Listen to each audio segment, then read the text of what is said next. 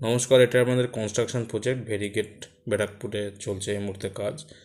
এখানে আপনারা দেখতে পাচ্ছেন চাক ইনস্টলেশন করা, যেহেতু জলা জায়গা। এবার হচ্ছে আপনাদের আমরা দেখাচ্ছি ফাউন্ডেশনের ওয়ার্ক, যাতে ফাউন্ডেশনের গ্রেড, কংক্রিটের গ্রেড নিয়ে যাতে কোনো রকমভাবে যাতে কম্প্রোমাইজ না হয়। তো আমরা এখানে রেডিমিক্স কংক্রিট দিয়ে ঢালাইটা করেছি। এবার ঢালাইয়ের পরে আপনারা দেখছেন যে টাইবিমের লাইনটা করা হয়েছে, তার আগে একটা সোলিংয়ের লেয়ার করে নেওয়া হয়েছে লেবেলিং করে। তো টাইবিম আপনার কনস্ট্রাকশনটা এই ভিডিওর মধ্যে আর কি নেই। এরপরে আপনাদের কিছু প্রসেস স্কিপ আছে, সেটা তো যেরকম আমাদের গাঁথনির অংশটা দেখানো হয়নি। তো গাঁথনির পরে যেহেতু জলা জায়গা, এখানে ফাউন্ডেশনে মোটামুটি 3-3.5 ফুট ওঠানোর পর ফিলিংয়ের পর আপনারা অবশ্যই করবেন হচ্ছে রড বেঁধে ঢালাই করার চেষ্টা করবেন, যাতে ফাউন্ডেশনের মধ্যে যে ফিলিংটা করেছেন ওটা যদি কোনো সময় বসে যায়, কিন্তু আপনাদের যেন ফ্লোর যাতে না বসে।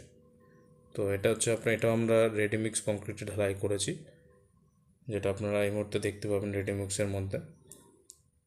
আমাদের ওটা রেডিমিক্সের গাড়ি। এই সাইডে আপনাদের সব বাঁধা কমপ্লিট। জায়গাটা একটা কর্নার থেকে পায়া করে আসা হচ্ছে, লেবেলিং বলে এটাকে, যাতে কত ইঞ্চি বাই কত ইঞ্চি ঢালাইটা হচ্ছে লেবেলিংটা আনা যায়। এটা হচ্ছে রেডিমিক্স গাড়িতে মেটেরিয়ালটা নিচে পড়ছে। এটা হচ্ছে আপনাদের লেবেলিং কর্নারের দিকে একদম এন্ডিং প্রসেসটা দেখানো হচ্ছে। এটা হচ্ছে আপনার কিছু ক্লিপ, তারপর আপনারা কনস্ট্রাকশনটা ঢালাইয়ের প্রসেসিংটা কীভাবে মেশিন থেকে পড়ছে সেই প্রসেসিংটা দেখানো হয়েছে। এটা একদম শেষের দিকের ছবি। মোটামুটি রেডিমিক্সে ঢালাই করলে অনেকটা কাজটা তাড়াতাড়ি হয়ে যাওয়ার চান্সেসটা বেশি থাকে। তো অবশ্যই আমি রেকমেন্ড করবো গ্রেড মেনটেন করবেন, রেডিমিক্স করবেন যদি আপনাদের জায়গা থাকে হচ্ছে, তাহলে কোয়ালিটিটা যাতে মেনটেন থাকে। এটা আপনাদের এটাও পায়া, যেটা আমি আগে বললাম, এটা লেবেলিংয়ের কাজটা করা হচ্ছে।